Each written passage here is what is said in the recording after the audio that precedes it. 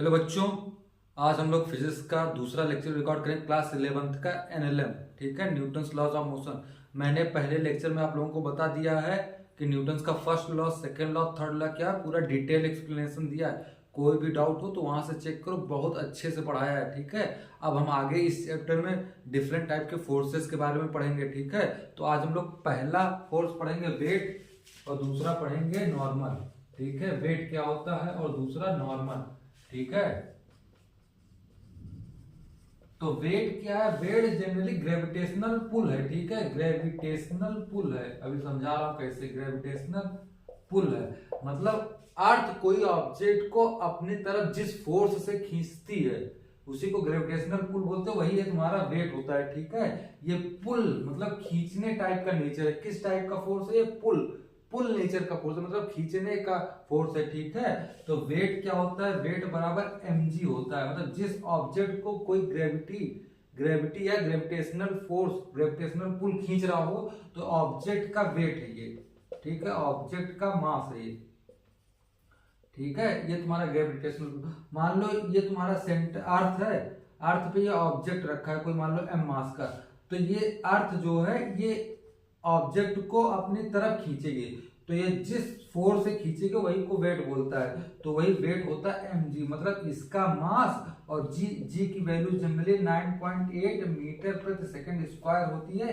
ये gravitational field है। ठीक है, ग्रेविटेशनल फील्ड है जिसकी वैल्यू 9.8 या फिर 10 अप्रॉक्स मान सकते हैं, 10 मीटर प्रति सेकंड स्क्वायर। ठीक है, तो जनरली वेट क्या हुआ? Gravitational pull by the earth.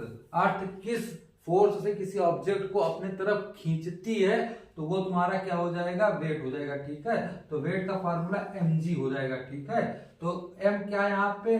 Object का मास है जिस ऑब्जेक्ट को अर्थ अपनी तरफ खींचती है। ठीक है, नॉर्मल। नॉर्मल एक कांटेक्ट फोर्स है। कांटेक्ट फोर्स है मतलब कांटेक्ट फोर्स का मतलब जब कोई दो ऑब्जेक्ट कांटेक्ट में होगा, मान लो ये है मेरा हैंड, ये हाथ, ये हैंड, ये हैंड, दोनों जब कांटेक्ट में होगा तो इन दोनों के बीच में नॉर्मल फोर्स लगेगा। ऑब्जेक्ट मान लो डस्टर, अरे ये मार्कर और ये बोर्ड, इन दोनों को कांटेक्ट कर दिया तो इन दोनों के बीच में नॉर्मल फोर्स लगेगा। तो नॉर्मल फोर्स कब लगता है? जब कोई ऑब्जेक्ट कांटेक्ट में हो। ठीक है, जब कोई ऑब्जेक्ट कांटेक्ट में हो तब ये नॉर्मल फोर्स लगता है। ठीक है, और नॉर्मल फोर्स किस टाइप का है? पुश टाइप, पुश नेचर का है। पुश नेचर का मतलब कि ऑब्जेक्ट से दूर लगेगा। मान लो अब मैं मार्कर को अपने हाथ पे टच कर दिया तो मेरा मार्कर हाथ पर दूर की तरफ मतलब ऑब्जेक्ट को ढकेलेगा। ढकेलने एक नेचर का फोर्स है। ठीक है, अभी समझा लो। मान लो जैसे ये ऑब्जेक्ट रखा है, ये ऑब्जेक्ट रखा है, एम मास, तो इन दोनों देखो दोनों कांटेक्ट में रखा है। तो जब ये दोनों कांटेक्ट में रखा है तो ये वाला मास इस वाले मास पर पुश मतलब दूर की तरफ, डायरेक्शन मतलब अवे की तरफ फोर्स लगाएगा। और ये वाला मास इधर, ये तो पुश टाइप का मतलब ढकेलने वाला फोर्स लगाएगा। ठीक है, ये वाला इस पर लगा अवे की तरफ और ये वाला, और यहाँ पे अर्थ क्या था? अर्थ मान लो ये सेंटर था, अर्थ, अर्थ का सेंटर था, यहाँ पे ऑब्जेक्ट। पुल का मतलब ये खींच रहा था। अर्थ हमेशा खींचने वाला फोर्स लगाएगा, इस ऑब्जेक्ट को अर्थ खींच रहा है। लेकिन नॉर्मल अगर देखेंगे तो ये नॉर्मल कांटेक्ट है ना इस ऑब्जेक्ट और अर्थ का, अर्थ का दोनों बॉडी कांटेक्ट में है। तो अर्थ क्या करेगी? इस ऑब्जेक्ट की तरफ अवे, पुश देखो दूर की तरफ लगा रही है, और ये मास इस अर्थ पर लगाएगी अंदर का तरफ। ठीक है, तो ये कैसा है? पुश नेचर का मतलब अवे डायरेक्शन में फोर्स लगेगा। ठीक है, और तुम्हारा क्या नॉर्मल ही हो गया, और हमेशा परपेंडिकुलर टू द ऑब्जेक्ट लगेगा। ऑब्जेक्ट के परपेंडिकुलर मतलब ऑब्जेक्ट के 90 डिग्री पे फोर्स लगेगा। Perpendicular to the object, perpendicular to the object. अभी एग्जांपल से समझाएंगे तो समझ में आएगा। ठीक है, तो तीन बात हो गई। तो नॉर्मल कैसा फोर्स है? कांटेक्ट फोर्स है, पुश नेचर का है मतलब ऑब्जेक्ट के अवे लगेगा, और ये हमेशा परपेंडिकुलर टू द ऑब्जेक्ट। देखो ये ऑब्जेक्ट है, ऑब्जेक्ट के परपेंडिकुलर 90 डिग्री पे लगेगा। ठीक है, तो ऑब्जेक्ट के परपेंडिकुलर लगेगा। तो ये दो बात इसमें, तीन बात इसमें। तो वेट क्या होता है, नॉर्मल फोर्स क्या होता है, ये पता चल गया। अब एग्जांपल के तौर पे समझा दो कैसे। हाँ, और देखो दो बात और याद रखो। जब बॉडी मूव कर रही हो, इफ बॉडी मूव, अगर बॉडी मूव कर रही है, बॉडी मूव कर रही है, बॉडी मूव कर रही है, तो इक्वेशन लगाएंगे force equal to mass into acceleration. जब मास कांस्टेंट हो, जब बॉडी मूव कर रही हो, पूरे चैप्टर में केवल दो इक्वेशन बनाना आना चाहिए, बस पूरा चैप्टर एनएलएम अच्छे से क्लियर हो जाएगा। तुम चाहे जेई मेंस के सवाल लगाओ, चाहे नीट के सवाल लगाओ, चाहे बोर्ड के सवाल लगाओ, सारे हो जाएंगे। पहली इक्वेशन ये बनेगी, जब बॉडी मूव कर रही होगी तो फोर्स को मास इनटू एक्सीलरेशन से कंपेयर कर देना। If body is at rest, body rest पर होगी, तो बॉडी अगर रेस्ट पे है तो क्या करना है, तो इसमें फोर्स को बैलेंस कर देना है, फोर्स को बैलेंस कर देना है। बैलेंस मतलब अपवर्ड फोर्स बराबर डाउनवर्ड फोर्स, या फिर left force equal to right force, ठीक है। तो ये पूरा दो बात, ये दोनों बात, ये खूबसूरत बात है, कुछ भी बोल सकते हो, अच्छी बात बोल सकते हो, ये दोनों अच्छी बात है। अच्छी बात मतलब पूरा चैप्टर इसी से हो जाएगा, पूरा चैप्टर इसी दो बात से होगा। देखना, मैं तुम्हें जेईई मेंस तक के सवाल कराऊंगा तो देखना तुम ये कि एक के तो फोर्स को एमए के बराबर कंपेयर करूंगा जब बॉडी क्या कर रही होगी, मूव कर रही होगी, और जब बॉडी रेस्ट पर होगी तो क्या करेंगे, फोर्स को बैलेंस कर देंगे। बस ये दो इक्वेशन से पूरा चैप्टर अच्छे से क्लियर हो जाएगा, ठीक है। तो ये दो बात हो गई। तो वेट क्या होता है, नॉर्मल फोर्स क्या होता है, और ये दो बात क्लियर हो गई। अब देखो समझा रहा हूं, देखो एग्जाम्पल देके, नॉर्मल क्या होता है, वेट क्या होता है।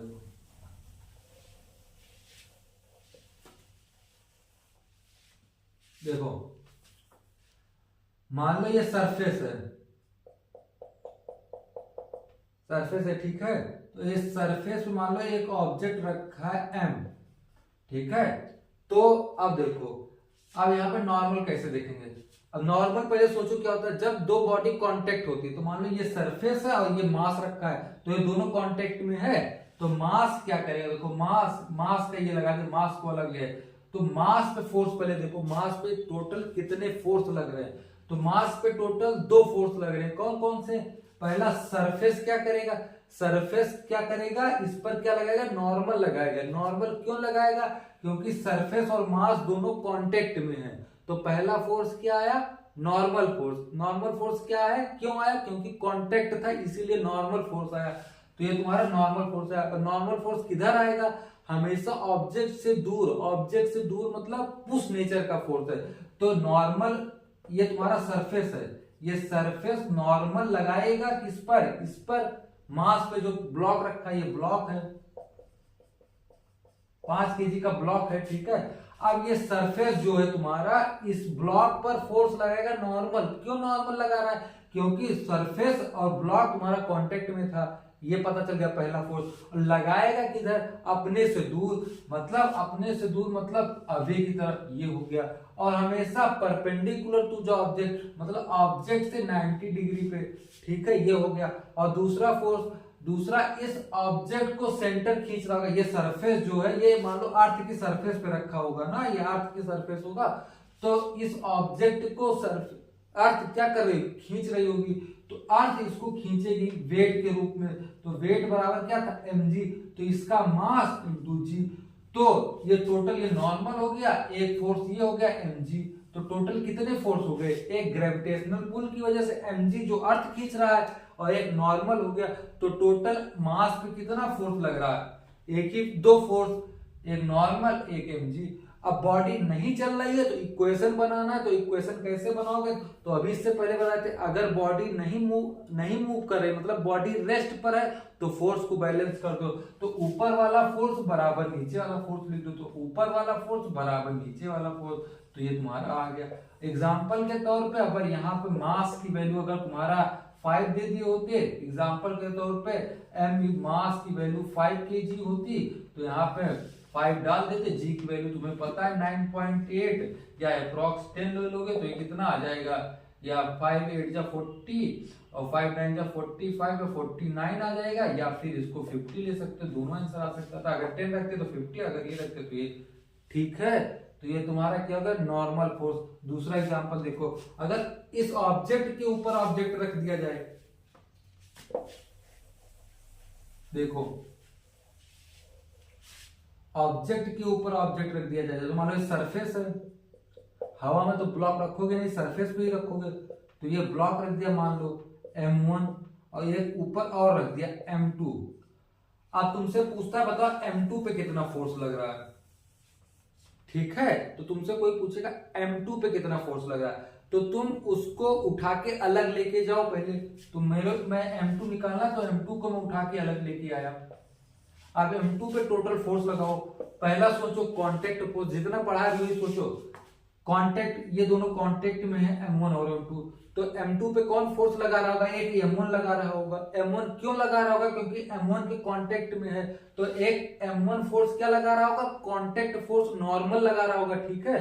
तो M2 पे एक नॉर्मल फोर्स हो जाएगा M1 की वजह से। और किधर लगेगा, हमेशा ऑब्जेक्ट से दूर, तो इसको अवे कर दोगे परपेंडिकुलर, इसको N1 कर दे, क्योंकि M1 लगा रहा है ना, क्योंकि M1 लगाएगा ना, क्योंकि M1 के साथ कांटेक्ट में है ना, तो ये M1 N1 लिख दिया। क्यों लिख दिया, क्योंकि M1 लगा रहा था, क्योंकि M1 के साथ कांटेक्ट में एक फोर्स ही हो गया। और दूसरा फोर्स इसको भी तो अर्थ अपनी तरफ खींच रही होगी M2G। तो टोटल कितने फोर्स हो गए, N1 और M2G। टोटल M2 पे कितने फोर्स हो गए, 2 फोर्स हो गए। और तुम्हारा बॉडी रेस्ट पर है, तो डायरेक्ट बैलेंस कर दो, ऊपर वाला फोर्स बराबर नीचे वाला फोर्स। और M2 यहाँ पे M2 लिए हैं, क्यों लिए हैं M2, क्योंकि इस ऑब्जेक्ट को, हर ऑब्जेक्ट को अर्थ अलग, चाहे जो ऑब्जेक्ट हो, हर ऑब्जेक्ट को अर्थ खींचेगी ना। तो अभी M2 था तो M2 को खींच रही होगी। यहाँ पे N1 क्यों लिखा है, क्योंकि N1 M1 की वजह से लगा है। ये चीज ध्यान देने वाली बात है। N1 क्यों लिखा है, N1 इसलिए लिखा है क्योंकि M1 फोर्स लगा रहा था, ये लगा रहा था M2 पे, ठीक है। अब देखो M1 पे कितना फोर्स लग रहा है, M1 का अलग डायग्राम बना ले। तो M1 देखो, M1 की तरफ 2 कांटेक्ट हैं, एक M2 भी कांटेक्ट में, एक सरफेस भी कांटेक्ट में है ना। सरफेस में भी टच है और M2 के साथ भी टच है। तो तुम्हारा ये क्या करेगा, M1 पे फोर्स M2 लगाएगा हमेशा क्या, दूर की तरफ। तो दूर किधर बनेगा, इधर बनेगा ना।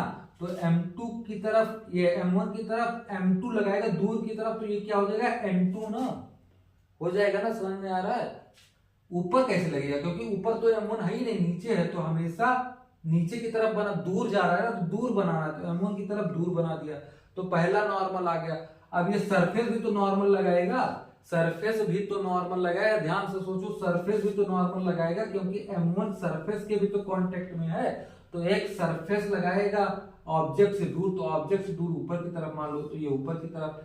N सरफेस, NS मतलब सरफेस लगा रहा है, N2 का मतलब M2 लगा रहा है, ठीक है। और एक तीसरा आ जाएगा ग्रेविटी, इसको भी तो खींचेगी, तो यहाँ पे M1 जी, तो M1 पे टोटल कितना फोर्स हो गया, 3 फोर्स हो गया, 2 नॉर्मल, एक सरफेस की वजह से, एक M2 की वजह से, और एक ग्रेविटी तो लगी रही थी, ग्रेविटी अर्थ की ग्रेविटी से खींच रहा था।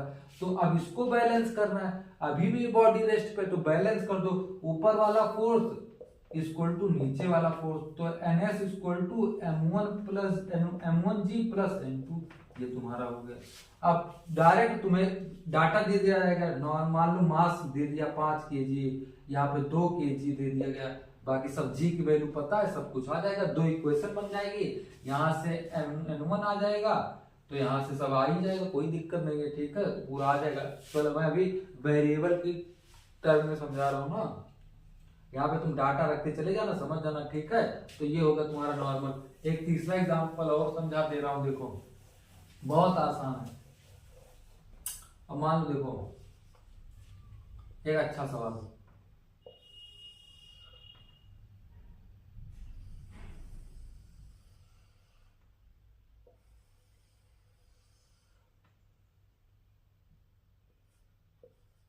ये मान लो 30 डिग्री ये सेंटर है इसका अर्थ। अब देखो, अब यहाँ पे तुम ध्यान से सोचो, यहाँ पे कितने नॉर्मल लग रहे होंगे, यहाँ पे हमेशा जितने जगह कांटेक्ट होगा, एक बॉडी जितने जगह कांटेक्ट में होगी वहां वहां नॉर्मल लगेगा। तो एक पहला यहाँ नॉर्मल है, देखो यहाँ पे कांटेक्ट है, ये इस लाइन और ये लाइन कांटेक्ट में है ना, तो एक नॉर्मल यहाँ लग रहा है, ठीक है, मान लो N1 लग रहा है, ठीक है, और एक कांटेक्ट यहाँ लग रहा है, तो यहाँ N2 मान लो। समझ में आया। आप इस लाइन को खींच सकते हो, सर्कल में जहां भी कांटेक्ट हो रहा होगा वो सेंटर से पास होगा। मान लो, देखो अगर तुम्हें मान लो ये कांटेक्ट है और ये सेंटर, हमेशा ये नॉर्मल सेंटर से जाएगा, अगर मान लो ये कांटेक्ट में है तो ये सेंटर से इसे नॉर्मल निकलेगा, ये यहाँ पे कांटेक्ट है तो अगर यहाँ पे नॉर्मल फोर्स लगाओगे तो इसको बैक करके सेंटर से लेके जाओगे, ठीक है। सर्कल में हमेशा सेंटर से गुजरता हुआ नॉर्मल जाएगा, ये बात ध्यान रखना, ठीक है। तो मान लो ये दोनों कांटेक्ट में तो नॉर्मल फोर्स एक ऐसे बना सेंटर से लेके गए, ठीक है, इसको बैक साइड यहाँ तक ले आओ। अगर ये 30 डिग्री, ये दोनों 90 पे है तो ये कितना बचा, 60 डिग्री बचा, ठीक है। ये वाला दोनों कांटेक्ट में तो ये कांटेक्ट हो गया।